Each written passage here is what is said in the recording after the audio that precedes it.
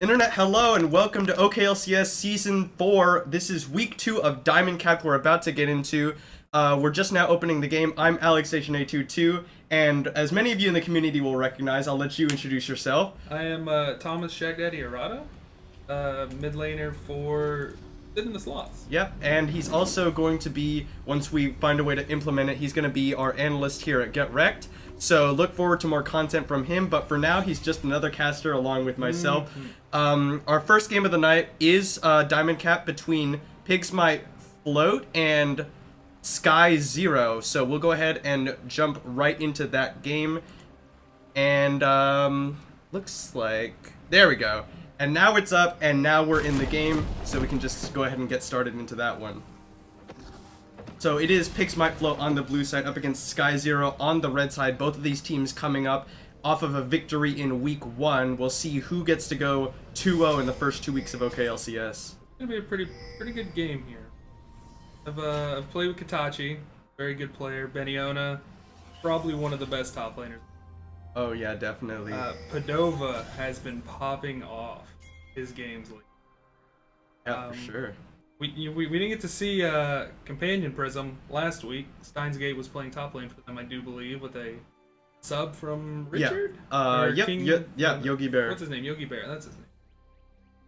Let's see what we've got going on here. It looks like Pigs Might Float. They have dual marksman with sort of like a supportive tank in the form of Tomkinch in the top lane. Yes. Not something we see a whole lot of.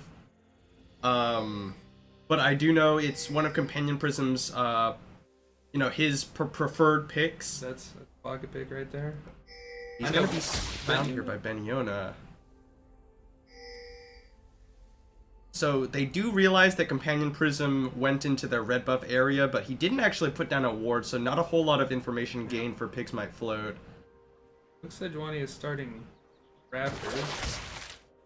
Prism with that ward will see it, so they will have a good track on where the Unreal Obama paths. Looks like leash onto the Raptors from support and mid of Pigs Might Float for Steins Gate. And this Rek'Sai pick. Azir. Okay. Yeah, that is the point of focus, I guess you would say. Azir, not a champion we see a whole lot of anymore. A lot of people think Azir's just kind of bad. Yeah, no. I think a lot of people are pretty correct in this. Yeah, we'll see. I guess with Ardent Sensor, Baby Fufu will be able to empower an Azir as well as a Caitlyn. So actually, you've got that. That's a dirty combo right there.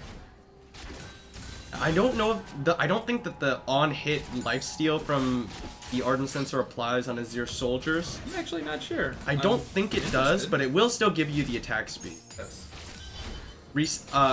Back when Azir was really popular and Fervor of Battle worked on his soldiers, it was really ridiculous. But they took that off, so I'm inclined to believe that Ardent Sensor won't work on it either. Yeah, it shouldn't because it doesn't apply on-hit effects. Yes. Okay.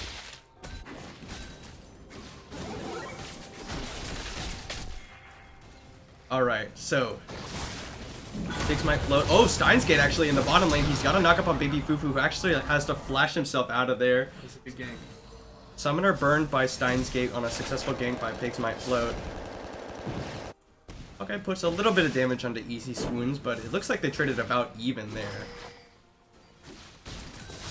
Jungler. Tony's just now clearing her blue camp. I'm a slow jungler. Yeah, Sejuani. Yeah, especially compared to Rek'Sai. But yeah. In spite of that, however, Steins Gate, he put emphasis on the early gank bottom lane. He actually hasn't gone to his topside jungle yet. So as a result, the Unreal Obama actually up in CS. I think the summoner on Janet is a little more important right now. Yeah. Plus, the Unreal Obama in no position to really punish him by counter jungling. Padova and TomTom going pretty aggro, but both of them are very low on mana already compared to their opposites. Like Beniona just trying to shove in onto Companion Prism. That's some good damage down. Trade. That's one of the benefits of playing Gragas in the top lane, is he's very good against other tanks due to the percent health damage on his W. And the fact that in general tanks don't have really that good short-term trading, which Gragas excels at. Just because, yeah, low cooldowns, and he can sort of belly bump them to force them to not trade while he's putting his damage down, and then back out when they're done with the stun. In spite of that, however, Companion Prism, he's got a comfortable CS lead over Beniona. As well in the mid lane. Ball guy. Up about 13 right now. Yeah, that is true. Good damage from Katachi, and Baby Fufu actually, they might actually turn this around. Exhaust goes down to Katachi, Baby Fufu is still moving forward. I think in the end, Pigs might come out behind on that one. They lose their health bars and the Summoner Exhaust. Enough more they could do that. But what we're saying, Corki is in general considered to be a good laning mid laner. He scales pretty well considering he's like half marksman, half mage. Yeah, he's got pretty good harass, and like once he hits 6, you know, you've got those rockets you cook for days. Yeah. And so I guess it's not unexpected that Easy Swoons would fall a little bit behind in CS. All said and done with Azir versus Corki matchup, I'd say Easy Swoons is doing a pretty good job. Steins Gate looking for that gank into the top lane through the side brush, but Unreal Obama is actually in the area as well. The recall is finished by Steins Gate, and now Beniona goes in onto Companion Prism. There's the belly bump as Unreal Obama comes in. Gray health shield pop that Arctic Assault doesn't have the range. They're not going to be able to close this one out. They have to back away. They can't go for the dive onto the Tahm Kench. Expecting a Sejuani flash Q there. Yeah, that would have ensured the CC going down, but probably wouldn't have been worth it. Companion Prism did still have his flash. They weren't able to get the dive onto him. Gray health is lifesaver, definitely. In general, Tahm Kench just really safe due to that extra health, as long as you don't have a whole lot of CC for him. Yeah. Got a repeat gank in the bot lane. Yeah, Steins Gate making his way down here. They're looking for it. Here he comes. Katachi gonna get polymorph. There's the 90 caliber net already used. He's actually pretty safe here. Good slows from both him and Baby Fufu mean that they get out very nicely. Oh, Easy Swoon's good. Ooh. Emperor's Divide pushes Togai into the tower. He bounces in. He flashes in. He gets bounced back both times. Outplay by Easy Swoons for a solo kill for first blood. That was beautiful play by Easy Swoons, and Tall Guy not really understanding how to play against the Azir Emperor's Divide. Probably just because you don't play against it a whole lot. Oh, but Katachi gonna load up the headshot onto Padova. They've got the Unreal Obama in their back pocket. He's not spotted out, but now he's gonna take away that tunnel, which will signal his appearance. That was really nice by Easy Swoons. I can't get over that play right now. That was dirty. He knocked Tall Guy into the tower. Tall Guy tried to Valk over, got knocked back in. He flashed, didn't clear the wall, got knocked back into the tower once again. This just feels bad enough. Now Katachi moving forward. Oh, the flash forward from Padova, but there's the Howling Gale comes across. He's out of mana. He's exhausted. He's standing on the 90 or Yordle snap traps. Padova goes down. Tom running away. Beniona coming in with the teleport. Good explosive cast. Forced the flash away from Tom. Sky Zero with 4 members stacked in the bottom lane. They got to make something happen. They've got the wave pushed in the top lane, and Easy Swoons with pressure in the mid as well. They might look to put a lot of damage onto this bottom lane tower. Secure first tower and first dragon, if not at least first dragon. Yeah. So one of the things about Kog'Maw is he really is one of those champions that likes to just stand there and auto you. But he took, as a result of trying to stand there and auto, he took like 3 Yordle snap traps from Kitachi's Caitlyn. Panda Tornado. He just wants to be... Oh, good body slam flash from Beniona means Tall Guy gets stunned up. The exhaust goes down. Easy Swoons. Does he have the damage? Not without his soldiers, but he will finally get it. Flash and heal to get out as his team takes the Ocean Drake on the backside. It was very well executed there. Beniona body slam flashes in. Companion Prism gets a control ward into the deep red side jungle of Sky Zero. He will have quite the CS lead over Beniona as a result of that teleport down and that time invested into the gank, but definitely worth it for Sky Zero. Skyrocket their Azir, strong late game mid laner. Steins;Gate doesn't quite get the Prey Seeker to interrupt. Okay, so things calming down just a little bit. Beniona heading back up to the top lane to farm out. Guy does have the package ready and waiting. Here we go. Companion Prism looking for the slow into Beniona, who'll body slam out. Steins;Gate comes in. They need the Tongue Lash to land. It does get the stun. The Devour is ready. He flashes for the knockup. They're going to devour him up. They're going to throw him back the other side. Will they have the damage? Yes, they will. Steins;Gate picks up one, puts Pigs Might Float on the board. Dewey didn't have flash. Oh, and here we go. The Abyssal Voyage into the red buff, followed by the package. They're looking for the Unreal Obama. Flashes out, uses the Glacial Prison. He's got a Blast Cone. No, he couldn't get the auto off. Here comes Easy Wounds, the Devour onto the Unreal Obama. Do they have the damage? Here we go. Steins;Gate gets into the backline. The Unreal Obama goes down. On the bottom side of the map, the Polymorph goes onto Katachi after the Howling Gale comes across. Exhaust goes down into Katachi. He's trying to kite back. Good Monsoon will push away Padova. Padova is actually super low, but Wild Growth is available. Well executed by Pigs Might Float with a double global. They're making plays all over the map right now. Oh, really wow. Padova playing a little bit too aggro. Katachi flashes forward, but the Wild Growth's still available. I don't know if that Summoner was worth it. Howling Gale comes across. TomTom is pushed up. Oh, beautiful! Emperor's Divide. Explosive cast knocks Steins;Gate deeper into the jungle. Companion Prison had teleported into the bottom lane. Steins;Gate's definitely going to go down here. Or is he? He's gonna get another tunnel out as Katachi's running away from Companion Prison, gets slowed up by the Tongue Lash. They're running away, Little Lance goes out, and Katachi gives up his life. Padova gets it with the Living Artillery, and actually Steins;Gate made it out on the top side of the map. Wow. Was an unfortunate time to flash.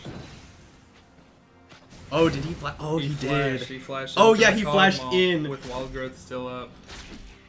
Flashing in with Wild Growth still up. Companion Prison got the teleport into the back.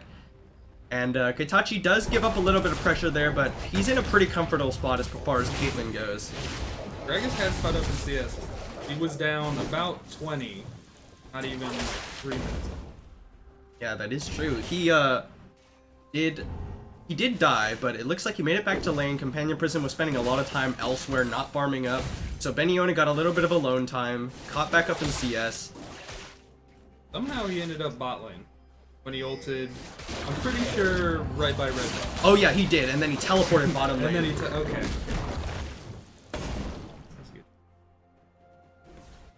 Pigs Might Float really well coordinated in terms of playmaking. They're all on the same page whenever they try to make a play. It's just whether that play is a good play determines whether Pigs Might Float come out ahead.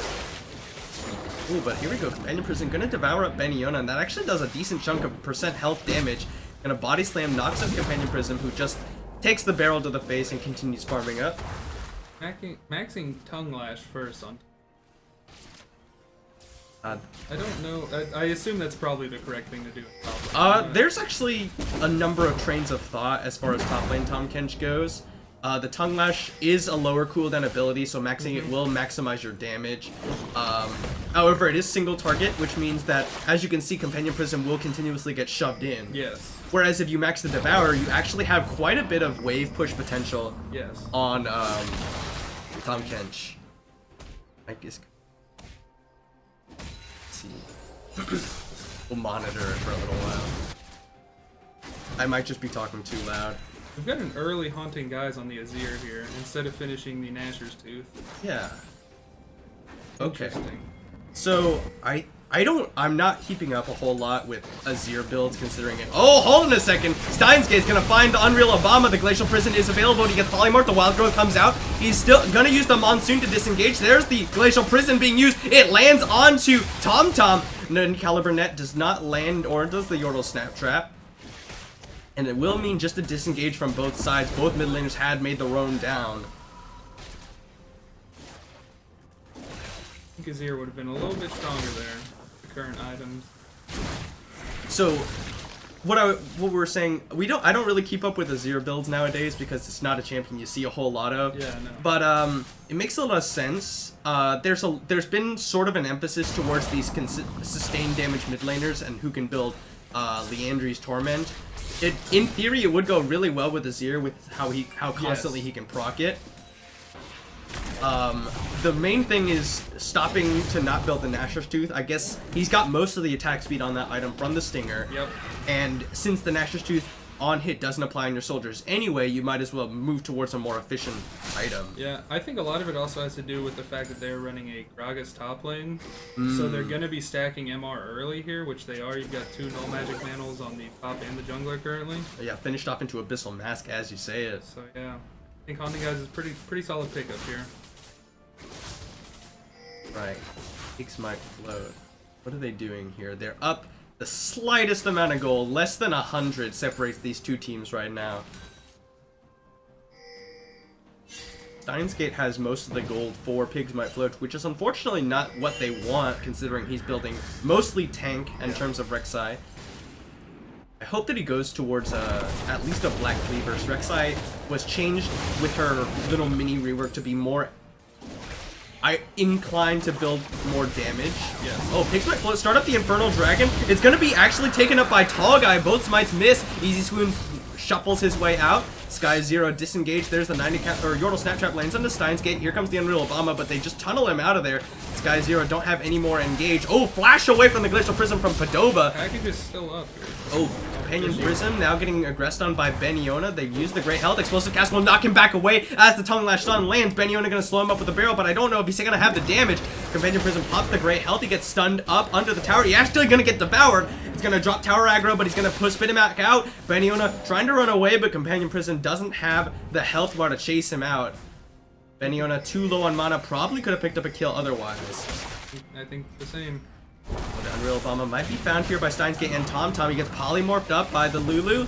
Beniona gonna come and support him, but Abyssal Voyage coming into the Tri-Brush. Companion Prism looking for it, gets the slow with the Tongue Lash. He needs one more auto. He's gonna get body slammed. There's the knock up into the Wild Growth onto Companion Prism. Unreal Obama has to flash away. Here's the Void Rush, and he gets devoured, knocked away. Padova is getting dope on the bottom side of the map as Steins Gate picks up the Unreal Obama on the top side. Yeah, I think right now Rek'Sai building full tank is actually kind of an issue because she does have all the gold on the team. If she was going more damage right now, I think they're finishing off these kills way earlier. I just think not great itemization with this much money.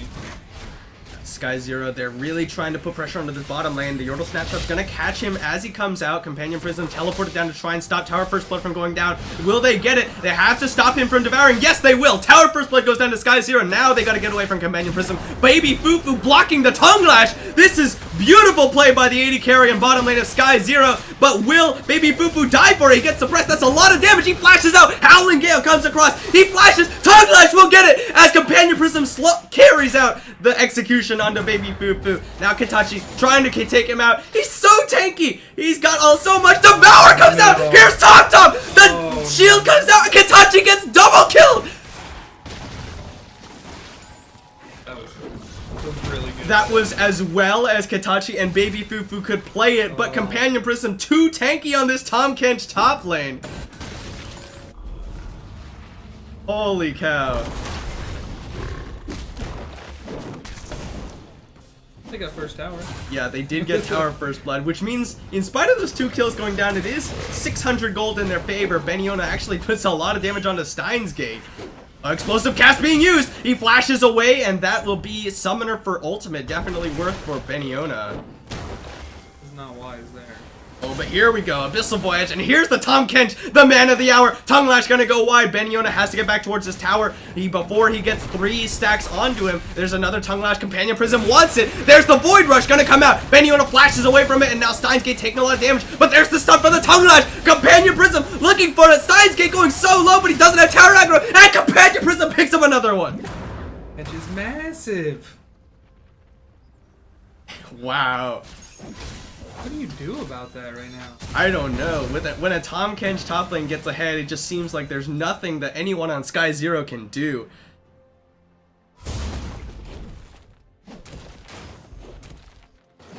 Really gonna rely on these carries here to put out some damage.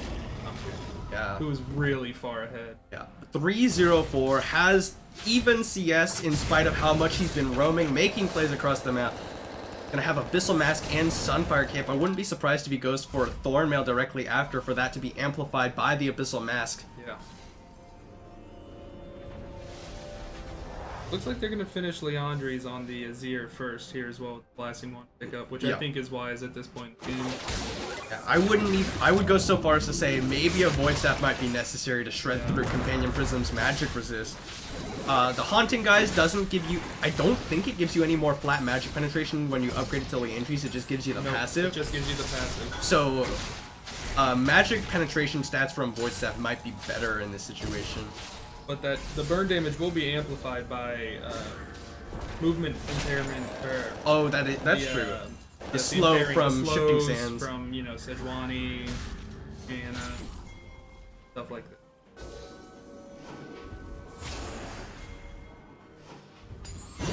Alright, here we go. Abyssal Voyage comes in, and that's the Gragas having to back away. Finally respecting the Kenchula. Yeah, Companion Prism showing why this is his pocket pick. Something he's definitely very comfortable on. Tall Guy and Steins Gate hanging out in the bottom lane. Beniona forced very far away from his own minion wave. Yeah, Companion Prism stands in between the enemy minions and Beniona. He's asserting his dominance now. Easy Swoon's actually putting a lot of damage onto Padova. That's the Thunderlord's Decree. Companion Prism does get the body slam onto him. Beniona is taking a lot of damage. The Tongue Lash is ready for another stun. There it is. Devour is alive. He devours him up. He's going to spit him back out, but Companion Prism, watch that health bar because he's actually at about half HP too. Steps around the barrel roll. Beniona going very low, explosive cast into the tower. There's the great health being popped. The body slam comes across. Companion Prism has to back away here. It is the Tongue Lash and the Devour. Easy Swoons comes in, shuts him down, and Beniona survives. It's a really good chain CC there from Beniona. Hell, I thought he was actually going to go down, but yeah. The Spirit Visage giving him enough magic resist. I'm pretty sure Devour does magic damage. I could be wrong. Tahm Kench is one of those champions where he has a lot of mixed damage in his kit, and I don't know which one does which. Oh, but Padova! Emperor's Divided! He does get the successful flash up at the side, and the Wild Goat comes out. Now Easy Swoons is burning away! There's the Living Artillery. Exhaust goes down. Monsoon keeps him alive, and that'll be the disengage from Sky Zero. Pigs might float. They don't come out with a kill, but they do have the package as well as priority on this dragon. But Sky Zero actually have snuck it down on the backside. Package coming out ready. Here's the Void Rush. He jumps onto Katachi, and there we go. Package comes across. Tall Guy picks up the kill. Now the Unreal Bomb having to back away, but here's Beniona. Barrel comes across, slows down Steins Gate. Here comes the Abyssal Void, and they turn, and there's the double kill for Tall Guy. Beniona has to run away, but no, he can't because he's suppressed. Companion Prism spits him back out. There's no escape. Sky Zero, they're gonna slow him down and melt him up. The amount of CC that Pigs Might Float has is crazy, right? Their front line is absolutely massive. Each of their front line has 3 kills compared to 3 deaths on both Beniona and the Unreal Obama. So no matter how the discrepancy between your AD carries, that discrepancy between front line is just too massive. Steins Gate smites away the enemy blue buff. Smited at 76. Alright, Tall Guy will secure the first tower of the game, or Pigs Might Float, rather. Not the first tower of the game, but the first tower for Pigs Might Float. Companion Prism putting in some damage onto that top lane one. And it looks like it's going to go down. Unreal Obama's here. Companion Prism will actually give up the chase here now. Has to back away. He knows that more members of Sky Zero are coming, but Pigs Might Float on the other side of the map are also knocking away at this bottom lane tower, and this one will go down. There's good rotations out of Pigs Might Float right here. Yep. For sure, Katachi moves forward. This could be the 2v1 that we saw earlier, except the Unreal Obama will come just to make it a 3v1, just for that little extra insurance. Alright, Companion Prism gonna try to hold off on this one, but he's level 13, so he does have that W max, so he has a decent amount of wave clear, but not a whole lot considering the cooldown on the Devour is so long. Katachi is hammering away at it with the auto attacks, and actually Companion Prism going very low. Took a couple of headshots to the face. Here's the ace in the hole onto Tall Guy as they all back away. Taylor's getting pretty big here. That IE finished, got a Zeal up. But Padova, he's got almost the same number of items, actually the same number of items as Katachi. Blade of the Rune King into the Rune on Turkey, a little bit more expensive. But Sky Zero will even up tower count with that one in the top lane as they send 4 up there. Beniona just putting pressure into that mid. I think it's interesting Lulu didn't rush an Ardent Sensor like Janna did. I feel like that's kind of the current meta right now. You play Lulu or Janna, you rush an Ardent Sensor. Especially going the Spell Thieves, or the Spell Thieves upgrade rather than the Ancient Coin. Yeah. That's definitely super weird, but here comes Beniona. Times Gate taking a lot of damage. The Explosive Cast not going to be committed. But yeah, the Ancient Coin upgrade is so good. Oh, Explosive Cast to peel away from Easy Swoons. The flash comes in. His Science Gate jumps into the backline, but the Monsoon will mean that he can't get anything. Tall guy looks for it. The Glacial Fissure goes wide. Padova comes melting away. Companion Prism is getting focused. He suppresses down Beniona in the backline. Easy Swoons will take out Tall guy. Companion Prism getting focused down as Beniona will be the next to call. Tom is going to take a lot of damage, and there's the headshot for Katachi to pick up the kill. It will be a 3-for-1 in favor of Sky Zero. Ace in the hole, not going to be able to take out Companion Prism in the end. Or you use his flash there to try to finish off the Azir. Yeah, he valved forward, flashed forward, just ends up getting taken out by the one he was aiming for. Just too greedy as a squishy mid laner. Yeah, and one of the things that is a little curious is Tall Guy has gone for Rapid Fire directly after his Trinity Force, which used to be the standard for Corki, but ever since they changed Rapid Fire, you do still build it, but in general it comes after your Static Shield because it amplifies that. It's about 3rd or 4th item right now.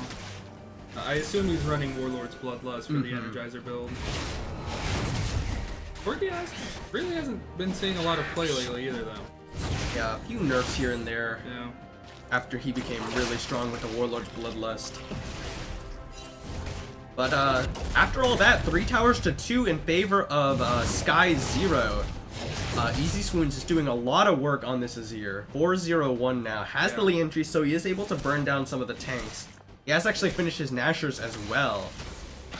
He's going to be pretty close to being capped on CDR here. Assuming he continues to get all the blues the rest of this game. I believe Nasher gives you about 20%. Yeah, and 20%. I assume he might be running at least 10% on runes as well. That is a possibility. Kind of a standard winning page right now. At least, is it 10 flat or is it 10 scaling? It's 10 scaling. That's what I figured. Yeah, it's like I think you run 3 scaling with some people. You have various pages with AP, others 6 or AP, MR, or just a flat early game. Padova was trying to melt down in the backline, but I think Sky Zero in that last fight played it pretty well. They kited back during the duration of Bio-Arcane Barrage, and then they came forward when that was down. Yes. So that takes a lot of Cogmon damage out. They did really well considering Sejuani did with heal. Yeah. Kind of a big spell right now for them. Oh, this is funny. So the Unreal Obama has the Adaptive Helm. The funny thing is, Adaptive Helm actually works on Corki's autos. Yes. So with Ninja Tabi's and Adaptive Helm, that's like all of Corki's damage being negated because the Ninja Tabi's affects both magic and physical damage of Corki's auto attacks, and the Adaptive Helm will reduce 80% of Corki's damage. That's a really good pickup right now. Smart. But Pigs Might Float will even up dragons. They get an ocean to go on with their Infernal, so that will be both dragons evened out for Pigs Might Float. So what is Lulu building? That is Ardent Sensor, Yeah, right? that is the Ardent Sensor. And I do think it's weird that she didn't go for the Ancient Coin. Yeah. It's just because the Ancient Coin quest completion upgrade is so good. They did nerf the mono regen on the Ancient Coin, but it's hardly enough to negate the value you get from that 8% movement speed when your allies are moving towards you.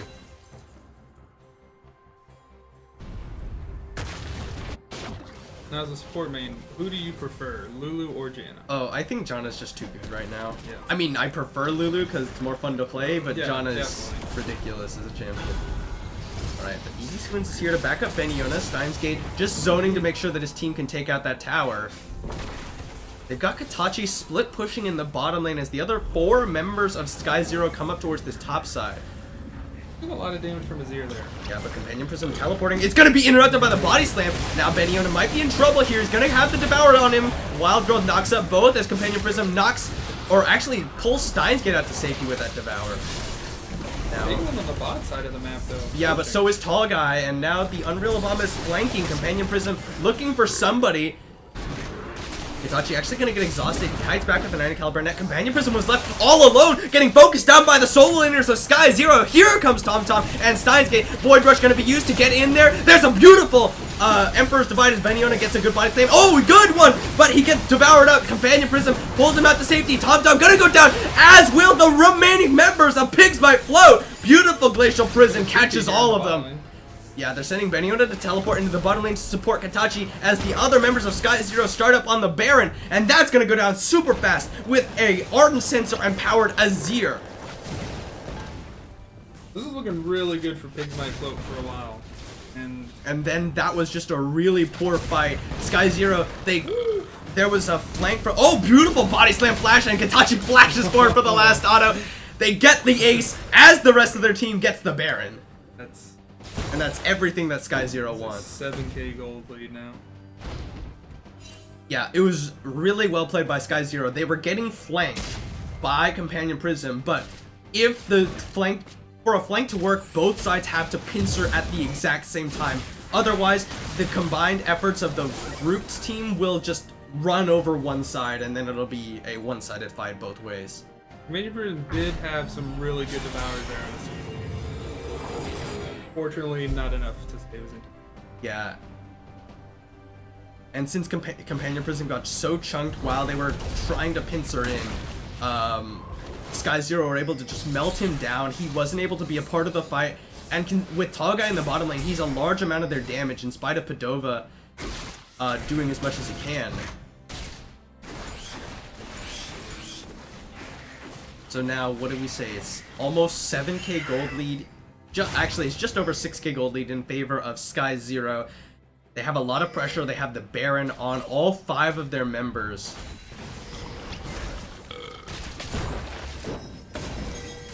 And I think they have the superior scaling composition as well. Yeah, definitely.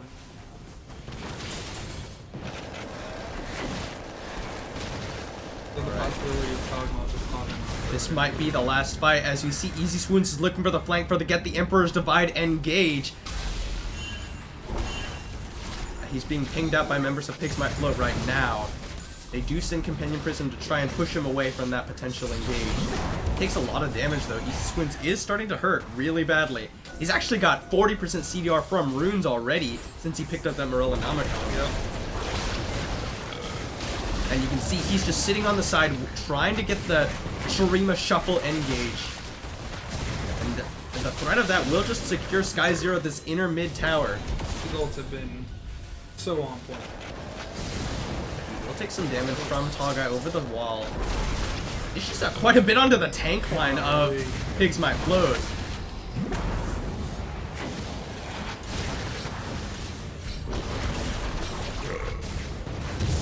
Let's see what Sky Zero will do. Here's the next Baroned up minion wave. They are using the Yordle Snapshot to their advantage, trying to get some damage there. Beniola gonna body slam in. Companion Prism gonna have the great health. Redemption gonna come across to keep Beniola nice and topped off.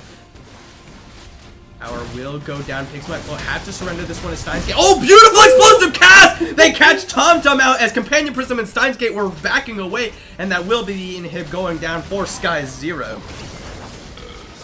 Good ult from Beniola. Yeah, really just a bad overstay by Tom Tom and the rest of Pigs Might Float. Their front line was backing away. They knew they could get engaged on as soon as that tower went down. That will just be a pickup onto Tom Tom without him even using Wild Growth. Oh, and Easy Swoons actually comes over the wall. Steins Gate says, now this is my chance, but the Monsoon will disengage as he flashes over the side. Steins Gate gonna have to be devoured up. Ace in the hole, not gonna be able to kill our Companion Prism, but it is bleeding red health bars for Pigs Might Float as Katachi just crits down Padova!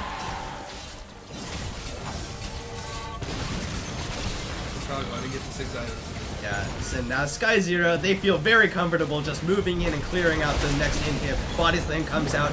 Tall Guy trying to do what he can onto Easy Swoons, but wow, that's a lot of Azir damage. And that's what happens when the Azir has 6 kills, now 7 off of Tall Guy. Sky Zero, they knock down a second inhib in the bottom lane. They not got the Baron anymore, but hardly need it without both of the marksmen on Pigs Might Float. Abyssal Voyage coming in. This is a last-ditch effort as they focus down Companion Prism. The body slam comes out. Steins Gate is kept out of the fight. Abyssal Void Rush being used. Wild Growth comes out. Stone Plate as well, but it's not going to matter. The members of Pigs Might Float don't have the damage. Here comes Padova. He's going to try and do what he can, but there's not a whole lot that he can do. Glacial Prison lands. Unreal Obama goes in. Steins Gate gets crit down, except for the Devourer comes out. Sky Zero, they're just trying to pad their KDA stats at this point as they don't focus down the Nexus. And what is going to happen? Oh! Easy Swoons gets crit and he goes down. There's the 1 kill of the game for him. Steins Gate and Companion Prism doing what they can. The Unreal Obama is to back away. There's the Yordle Snap Trap as the Unreal Obama will focus down Steins Gate in the backside. There it is. Sliding minions doesn't do anything for you. Yeah. It's only monsters. Alright, will Sky Zero be able to end the game here? Banyona is starting to melt from Padova. And now they might have overstayed their welcome. They have to back away. This means this game will go on just a little bit longer here. Okay, we got a 3rd Infernal up on the two right now. Oh, yeah, 3rd Infernal. Unfortunately, not going to be triple Infernal for everyone, and it will be double for Sky Zero. But yeah, one of those big reasons why Corki's damage is really low when you have both the Ninja Tubbies and the Abyssal Mask, which both frontliners of Sky Zero have itemized. This is really unfortunate for Tall Guy on this Corki pickup. Actually, it actually is very effective against Padova as well, considering the Bio Arcane Barrage is also reduced by the Adaptive Helm. Yeah. So yeah, that is really good itemization for Sky Zero. Really unfortunate for Pigs Might Float that this composition of theirs isn't working as a result of it. Happens from time to time though. If you're running full AD, which you kind of are, gotta stack armor in this pyramid. You're gonna be fine in the beginning. Alright, now Sky Zero grouping up for the final push. Trying to see if they can close out this one. Tall Guy actually has to Valk out to safety. Sky Zero can look for the fight here. They pop the tower up behind them so they have somewhere to back into. Banyona got a beautiful explosive cast. Tom gets focused down. Tall Guy getting crit on the other side. Katachi's gonna get the kills. There's a double for him. Will he get the triple? No, because Sky's Easy Swoons picks up that one. They do lose Banyona, the Companion Prison in the backside, but it will be the full house. Triple kill for Katachi, double for Easy Swoons, as Sky Zero definitely stat padding at this point as they clear out the last remaining minion wave before the Nexus goes down. It will be Sky Zero going 2-0 in the first 2 weeks of OKLCS. Really impressive play from the carries there. Yeah, Katachi was kind of one of those unspoken heroes. He was doing a really good job in spite of not having his name yelled out very much. Yeah, the big plays were definitely coming from Easy Swoons and Banyona with some really good explosive casts, some really good Emperor's Divides, and a lot of damage coming out from a not so common pick in Azir. Yeah, the every time Rek'Sai ulted in Azir with the Emperor Divide, Yep, is that what it is? Just to negate all of that. Stopped him in his tracks. Yeah, and look at the composition. We didn't really mention it a whole lot, but you got Explosive Cast, you got Monsoon, you got Emperor's Divide, you got 3 ways to keep people out of a fight. Yes, to disengage. It's absolutely ridiculous. It was a beautiful comp that Sky Zero drafted, and beautiful itemization that really stuck it to Tall Guy's Corki and Padova's Kog'Maw. Yes. But that will be the end of the first game. We'll throw up an MVP poll for you so you can let us know who you thought the MVP for Sky Zero was in their victory over Pigs Might Float. So let us know, and we'll see you for the next game in just a few minutes.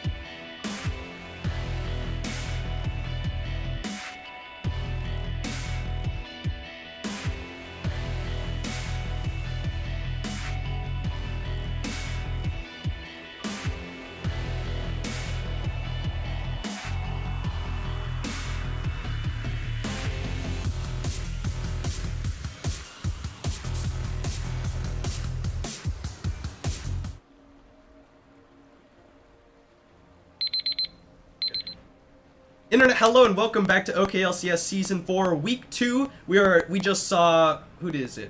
Sky Zero take the victory over Pigs Might Float. Yep. Take a look at that MVP poll, and from you guys, it looks like Easy Swoons is going to be the MVP for that game. Not really a surprise. He made a lot of beautiful plays on that this year, including a solo kill for First Blood. I could agree there. Yeah, so our second game of the night will be between Gamers in Arms and We Stack Boots. And I forgot to change the overlays, so give me just a second to do that, and we'll get into the game. And here we go. We're in game, and we're getting started. So it is Gamers in Arms, or you might know them as Team Accursed, on the blue side, up against We Stack Boots on the red side. Interesting pick here from Leroy. I've never seen him play Anivia, so Yeah, this is going to be exciting, actually. So I haven't seen a lot of Anivia from him, like in terms of casting, but I do know that he has been practicing it up a little bit. You know, whenever I'm on League of Legends and I see people playing on my friends list, I just hover them. Sometimes I'll spectate because I don't have anything better to do. Yeah. Because why go lose LP when you can? Yeah, exactly. I'm about to start decaying, actually. Oh no. All right, so Mr. Kinky will get spotted out on his attempted invade by Leroy. Takes a little bit of damage for his trouble. Question for you: where did the name We Stack Boots come from? To be honest, I think somebody in our group just sort of said something random. They're like, We Stack Boots. And everyone was like, I'm cool with that. I love Tien and his supports. Aw, thanks, dude. I was a big fan of that name. That was what was it? Tien Sama and the Boys, I think was what it was called. It was initially, yeah. Yeah. And somebody was like, "What about Tien and the supports?"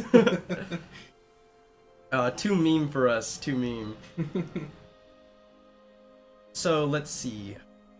Got a pretty big front line on the side of Gamers in Arms. You got Renekton and Gragas. Both of them are really good at backline dive. On the other side, you've got more of a bruiser composition with Urgot, Kane. Yeah. And not as good at diving the backline. Oh, here we go. There's early damage onto Tien Sama from the rush. Randy Newman and Jack Jack putting down a lot of damage. They are going to get the concussive blow stun onto Jack Jack as well as onto Randy Newman, but the ignite goes down. There's the Ren from Jack Jack. Exhaust comes out just to make sure that damage doesn't get the kill.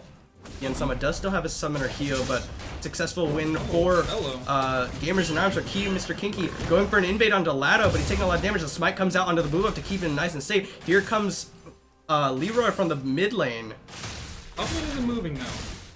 Both Mechanical Reaper and Hastega. Here comes Hastega looking for it now, but Mr. Kinky already out. But it does look like he had to burn his flash to get out of there.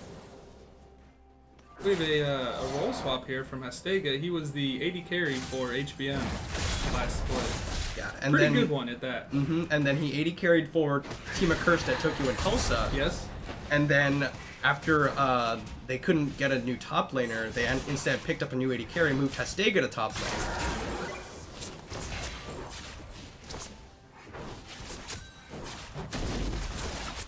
Okay, so a little bit of calm now. After this easy bot lane for We Stack Boots bottom lane, gonna get shoved in by Jack Jack and Randy Newman. And because of that, Tien Sama actually took a recall, so he's actually super behind in CS. Just some damage from Mechanical Reaper onto Hastega. That Ruthless Predator will stun him up out of his W, but he's still taking a lot of damage. He used it to call the Meek. There's a good stun onto a Dramtor. Thunderlord's Decree off of the auto attack. Means that Leroy comes out nice and ahead in that trade. I feel like Leroy really knows that matchup. He's known for his Vlad and his LeBlanc. Yeah, and we saw at playoffs last split that Anivia was traditionally Chris Cramp misses counter pick against the Vladimir. Yeah. Makes sense that Leroy would have this available in his pocket. But Chris only plays in it. Alright, but now Jack Jack moving forward, putting down some damage onto Tien Sama. The Ren will come out, and that means that Tien Sama chunked once again now at 50% of his opponent's CS. Kalista, putting down some pressure. And it looks like it might be a dive onto Mechanical Reaper in the top lane. You do see Lado in the top lane ready for it, but it looks like they will settle for just the Krugs.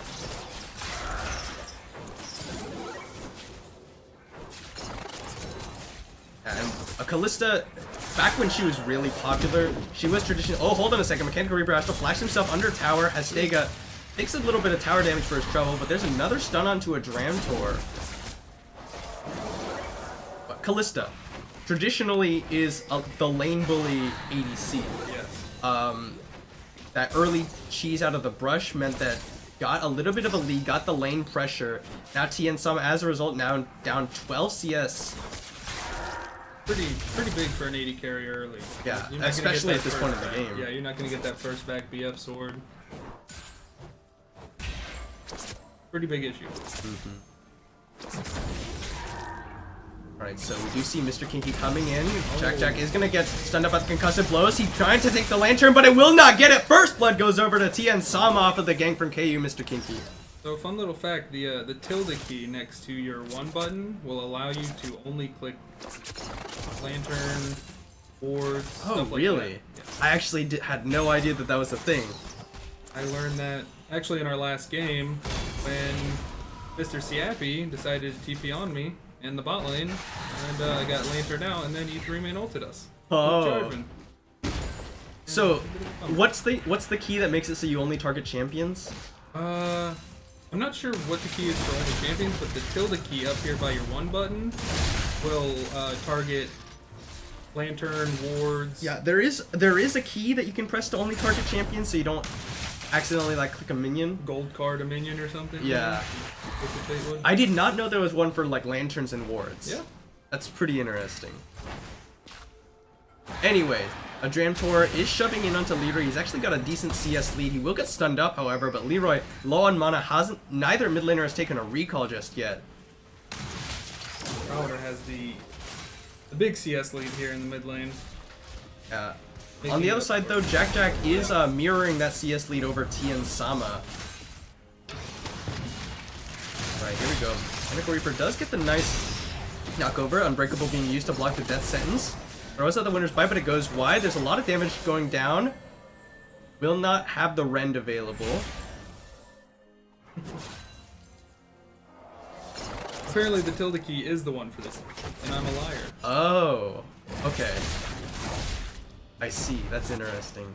Is that so? I guess there's not one. I for guess not. lanterns? Maybe you just got lucky there with that Maybe my lantern. teammates lied to me. Hey, Oh, hit the Mechanic tilde. Reaper's gonna get a nice flip onto Hastega. He takes some tower damage. He's gonna pop his ultimate, and now he's turning it around. He's gonna have Cold Amik available. Gets the Ruthless Predator. He will get the kill onto Mechanic Reaper. Mr. Kinky flashes forward for it. Hastega hides himself in the brush. He is level 7 to level 5. Mr. Kinky has to get him before that Cold Amik comes back up. He is gonna get the heal. He gets him with the Ruthless Predator. It will be a 2v1 for Hastega over Mr. Kinky and Mechanical Reaper.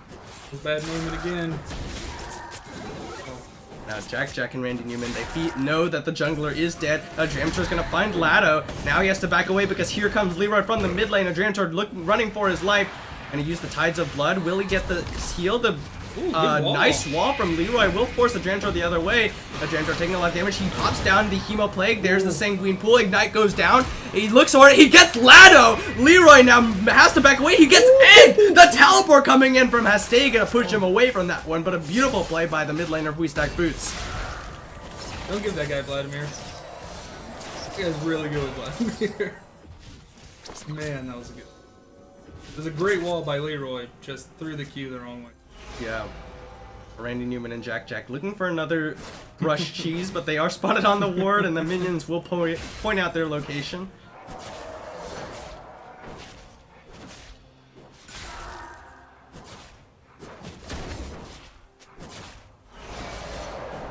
Build wise here. Nivea going standard build. Here first. Looks like probably Rod second. It could be Rod, or yeah, it is Rod. But the Sapphire Crystal could build into the Morello. Yeah. Oh, here we go. Jack is gonna pull in with a Fate's Call. Randy Newman plays both of them back. There's a Glacial Fissure being used. Jack gonna get the winner's bite. Concussive blows are gonna proc as he takes the lantern. TN Sama looking for it, but he cannot get the damage down. Digger coming in now onto Mechanical Reaper. Gets flipped over the side. Mechanical Reaper just trying to machine gun him down, but he doesn't have the damage. Death Sentence lands onto Mr. Kinky as Jack makes it out just barely. The Dramtor did make the roam into the bottom lane as well, but nothing to be done there. Leroy picks up his own blue buff from Lado. Sega going in constantly in the Mechanical Reaper. Right now would be a good time to take this dragon. You got 4 people in bot lane, you just force back, bot to back. Dead. Drantor gonna aggress onto Leroy. He's taking the Glacial Storm damage. Sun goes wide. Now Drantor pops his Ghost. He wants to go in on it, but here is Lado on the other side, as well as Azteca Explosive Cast knocks him away from his own tower. Mr. Kinky doing what he can to try and help him out. Body Slam Flash from Lado will catch him, as will the wall. Drantor gonna have to use the Sanguine Pool, and that was definitely an overcommit. A little greedy, not knowing where jungler or top lane is. Yeah, chasing into Fog of War, never really a good idea. Especially since his empowered Q there wore out before you even proc that. Mechanical Reaper gonna get jumped on by Hastega once again, flips him over his shoulder. Here comes Mr. Kinky, but this is the 2v1 we saw earlier. Hastega gonna turn it around with Kuldamik, and that's a very squishy Mr. Kinky coming out. He's gonna pop himself out, but Hastega has the stun, has it damage, and yes, it will be. Hastega's on a rampage. It's gonna be a mountain. Got up next. Ellis. Mountain Drake does go over to Gamers in Arms. 4-0 Crocodile right now.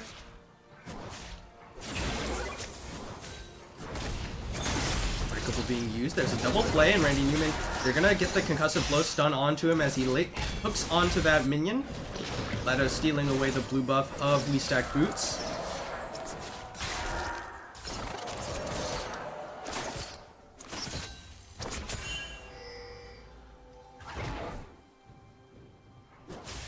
And we'll see a little bit of more calm. It's a 1k gold lead in favor of Gamers in Arms. The Ensama still getting shoved in by Jack and Randy Newman. Sure, Lado has a pretty big buy as soon as he gets back to base. He's sitting on a Cinderhole boots, really. He has 1k gold in his pocket. We'll finish that jungle life. Except that red buff will take a recall here. Probably finish off that Cinderhulk like you're saying. Alright, here comes Mr. Kinky, but so is Lado in the area. Both junglers getting ready here. We do see the roam coming in from Leroy. There's the Glacial Fissure being used. There's the stun, and there will be the damage. Kills off Jack, but here comes Lado. Mr. Kinky going in, but there's the Death Sentence. It does land after the flash, and here's Leroy. Explosive Cast knocks Mr. Kinky away from safety, and they will chase him down. Lado taking a little bit of damage as the Winner's Bite does land, and he will get the body slam, and Mr. Kinky goes down. Leroy picks up a kill for himself. A really good explosive cast. Split up the team, keep Kane away from his friends. Yeah, and Mr. Kinky is just so far behind compared to Lado right now. A level down, and that CS discrepancy is very deceiving. He's actually quite a bit ahead in terms of base stats, Lado is.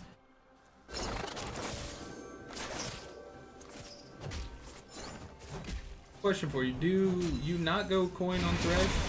Is it you still go Targon's Embrace? You know, to be honest with you, I still go Relic Shield on Thresh. Yeah. But I do know there's people who do go Ancient Coin.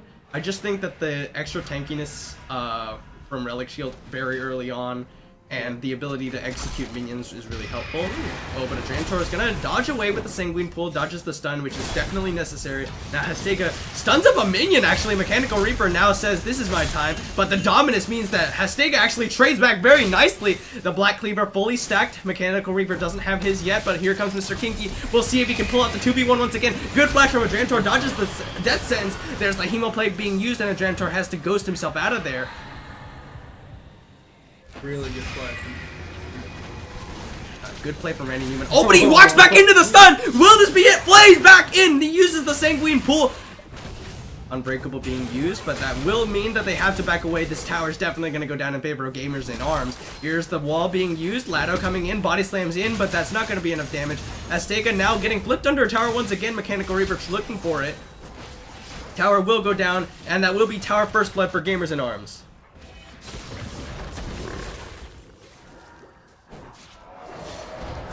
Alright, so Lado will secure that one by zoning away the members of We Stack Boots.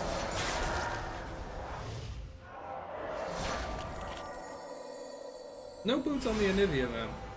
Bold strategy, Cotton. Yeah, not quite yet.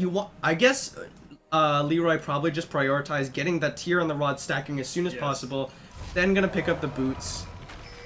Faster you can get to your mid-late game spike with Anivia, the better. Anivia, I'm pretty sure it's still the case, but Anivia I think has the lowest base movement speed of any champion in the game. You might be right. Leroy gonna take away his own blue buff, uses the wall to isolate himself. And now Gamers in Arms have rotated their top lane and bottom lane, swapped those lanes up. They've got a very strong Renekton that could very easily 2v1 the bottom lane of WeStack Boots, whereas Mechanical Reaper's Urgot definitely not in the same boat. I'm hoping we get to see an Urgot execution this game. Oh yeah, that'll be. That's one of my favorite animations currently. Where he just shreds him up. Yeah. Gets the execute. Hastega gonna catch the winner's bite. Not gonna be too much damage, however. They will stun him up with the concussive blows here, but he's not taking a whole lot, and now he goes in with the slice and dice. Exhaust goes down, Glacial Fissure being used to knock him up. And they're trading as hard as they can onto him, but Hastega is refusing to take damage. He flashes in for the Coldamic Summoner. Here comes out, gets rooted up by Tien Sama's Blade Collar, but slice and dice his way out to safety. Really good reaction time from Tien Sama right there. But Hastega definitely has the superior pressure. He actually could go back in, look for the kill onto HNA2. There's some damage going out, Unbreakable being used. He stuns him up with the Ruthless Predator, but not enough damage after that one. And it will be tower going down in favor of Gamers in Arms. They got the Rift Herald into the top lane, and Mechanical Reaper cannot hold. Here comes Hastega. He's looking for the dive. He slice and dice his way out as Leroy comes in. WeStack Boots forced to clear out that Rift Herald in the top lane, but now with Leroy here, WeStack Boots has to back away, and Hastega and Leroy will pick up their third tower of the game. Slowly, but they will get it. Ah, there it is. Finally, some mastery spam. I've been waiting for. Master rank 4. I think that just means you don't play the game enough to get Mastery rank 5. Here's how it is. Mastery rank 4, you haven't played the champion enough. Mastery rank 5, it means that you're playing the champion enough, you got a good idea. Mastery rank 6 means you're not good enough to get Mastery rank 7. That's all that means, to be honest. See, I like to keep it a little BM. I like to keep most of my champions at level 4. That way when I do eventually kill somebody... Say, ha, you got killed by a Mastery rank 4 ex-champion. Little BM. Double Mountain Drake secured for Gamers in Arms. That will mean the very quick Baron going down in their favor, especially with Kalista with that Ren stacks. And Anivia just drops the Glacial Storm on top of it. Will bleed it out really quickly. I assume he's gonna finish his Archangel stack here on his next back. I think that's what he's saving for right now. Maybe that and just Boots of Speed or Boots 1, whatever you want. I think Anivia is another one of those champions similar to Azir, like we saw in the last game, that can go for the Leandri's item. Yes. It's actually generally pretty good on Anivia. It gives you that little bit of extra tankiness, that magic penetration, synergizes really well with her kit. Yeah, especially because you're getting the extra burn damage from your slows. Yeah, the Eyes of Pain. I think that's the passive. I could be wrong. The Eyes of Pain might be the magic penetration passive, but Mr. Kinky standing on top of a control ward will be pointed out and taken out. Now Mechanical Reaper doing his best to try and clear out this minion wave. He is very behind Hastega, and Hastega knows it. He's just going to go in on him, but they're trading actually pretty nicely with one another. Hastega does still have the Dominus available. There's the Bilgewater Cutlass actually being used by Hastega. They're here to back him up in the bot lane. Yeah, but I don't think they actually have the damage in both of their kits right now to kill off Hastega. Look how little damage he's taking from this. WeStack Boots, they committed 2 into the bottom lane, means that Death's not quite going to find Tien Sama.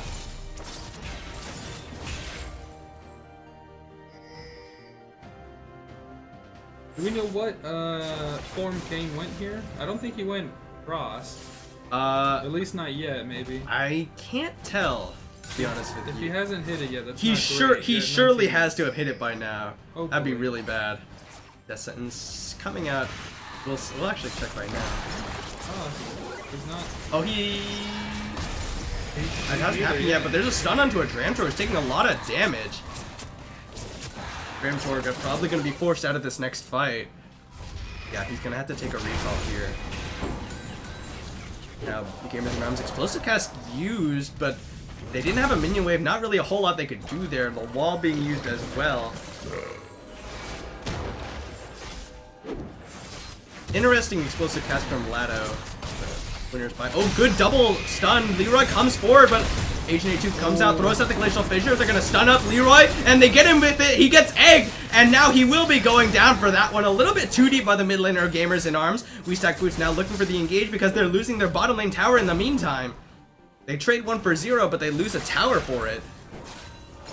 Leroy flashed forward there, ignited. A little greedy. Definitely not the best, especially his team was being zoned away by the Unbreakable and the Glacial Fissure. Lado getting jumped on by Mr. Kinky, but Mr. Kinky definitely doesn't want this one. That sent's gonna land. Summoner Heal comes out. He uses the Infestation to jump onto Lado and get himself out of there. Tien Sama moves forward, but he doesn't have the damage.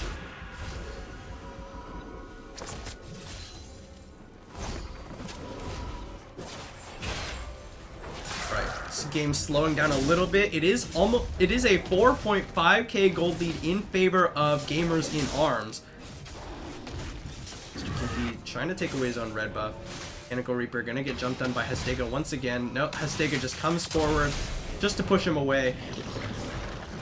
Plenty of global gold still out there though for Stack Boots. You got 3 outer towers up. Bot one looks like it's the first to go. Azteca actually going for a pretty greedy Renekton build here. You don't normally see the Blade of the Rune King come out anymore. I love it. Big fan. Yeah, I mean, his Ruthless Predator can apply the Blade of the Rune King passive 2, maybe 3 times if it's in power. The thing is, though, it just doesn't give you any inherent tankiness like Titanic Hydra would. Yeah. Or like a pure tank item would. It's one of the things is, we were talking about Rek'Sai last game. Yep. How she was ahead and built towards tankiness.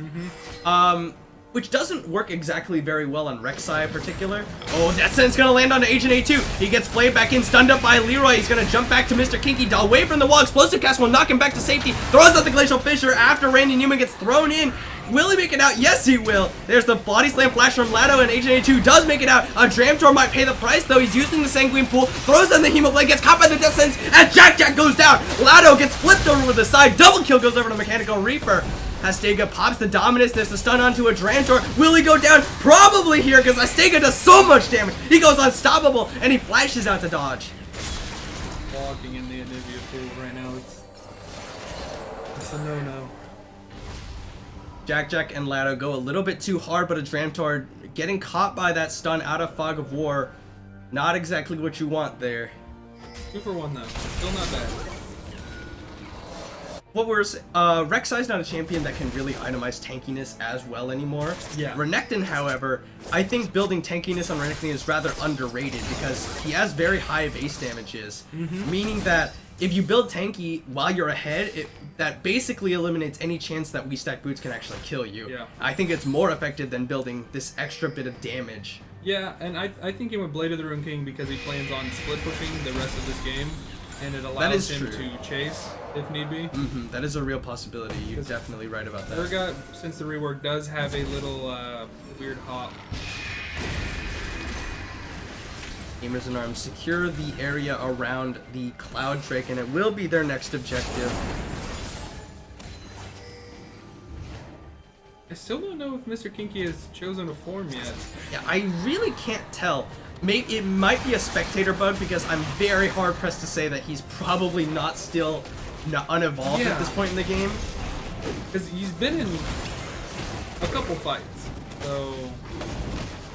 And I believe I've played a bit of Kane, and I think once you get one of your forms completed, you got it only takes 4 minutes. Yeah, it's like a 3 to 5. Yeah, 4 minutes. The other thing is that the little experience he gets towards one form or the other scales with how long the game's been going on, so it's very uncommon for him to not be evolved at this point. Yeah. I'm just thinking, if he went the Shadow Assassin form, I think that's the wrong form to go here. Yeah, I Ross definitely would be agree. Really good. Yeah, completely agree. Rost would be much better in this situation. The Gamers in Arms are starting up that Baron with the double Mountain Drake that we were talking about. Mr. Kinky will spot it out with the ward and with the Shadow Walk, but he doesn't have it back up, so he can't get in. Gonna have to queue in and go for the unfortunate steal, but he flashes in after the Baron goes down. It will be Leroy actually who gets it, but he is gonna go down after he pops out of this infestation. Randy Newman picks up a kill. Now Hastega looking for a Dramtor, have to ghost out. Blade of the Rune King already used. It will mean Mr. Kinky dies, and the Baron goes over to Gamers in Arms.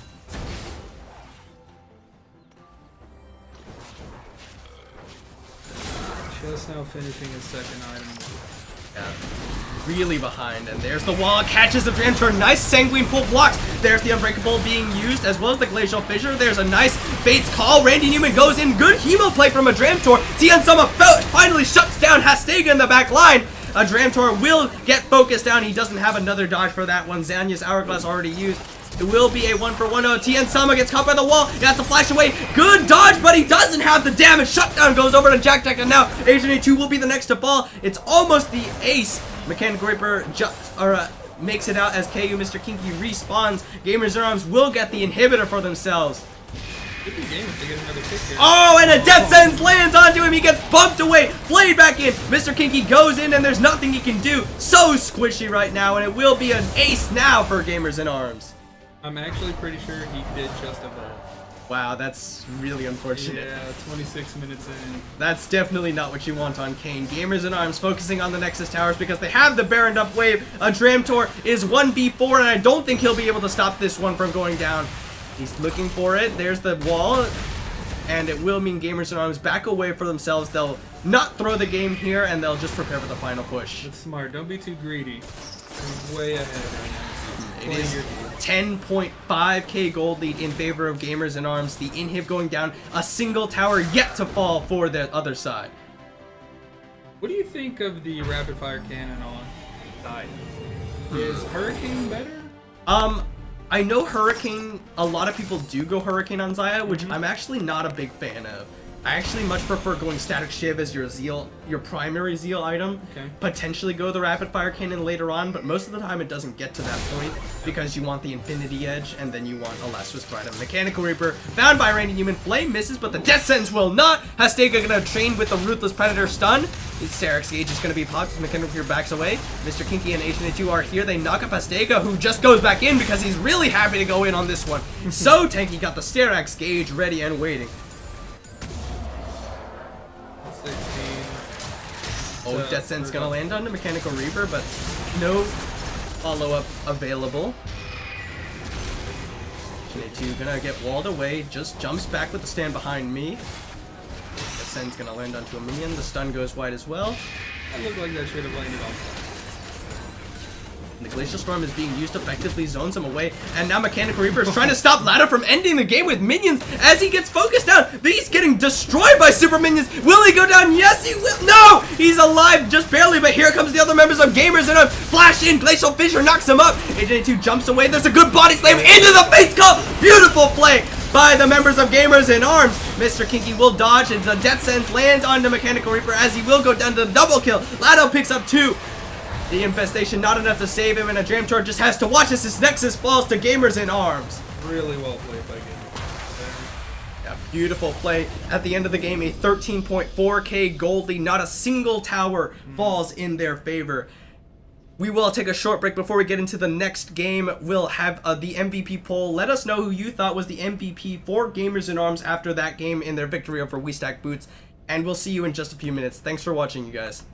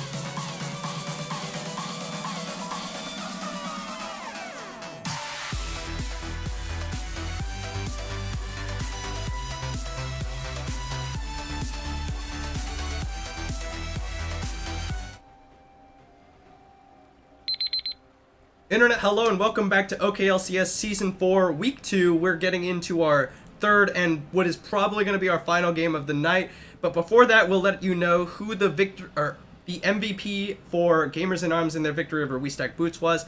And no surprise, Hastega in the top lane on that Renekton, putting in a lot of work. So we will end that one, and we'll get into our final game of the night, which will be between Lansneck and Sid in the Slots. Without further ado, let's just hop into it. Raise your Sids. Let's go. Yeah. I'm a little biased in this game. Really? What? I would never would have guessed that yeah, one. you know, it's a strange thing.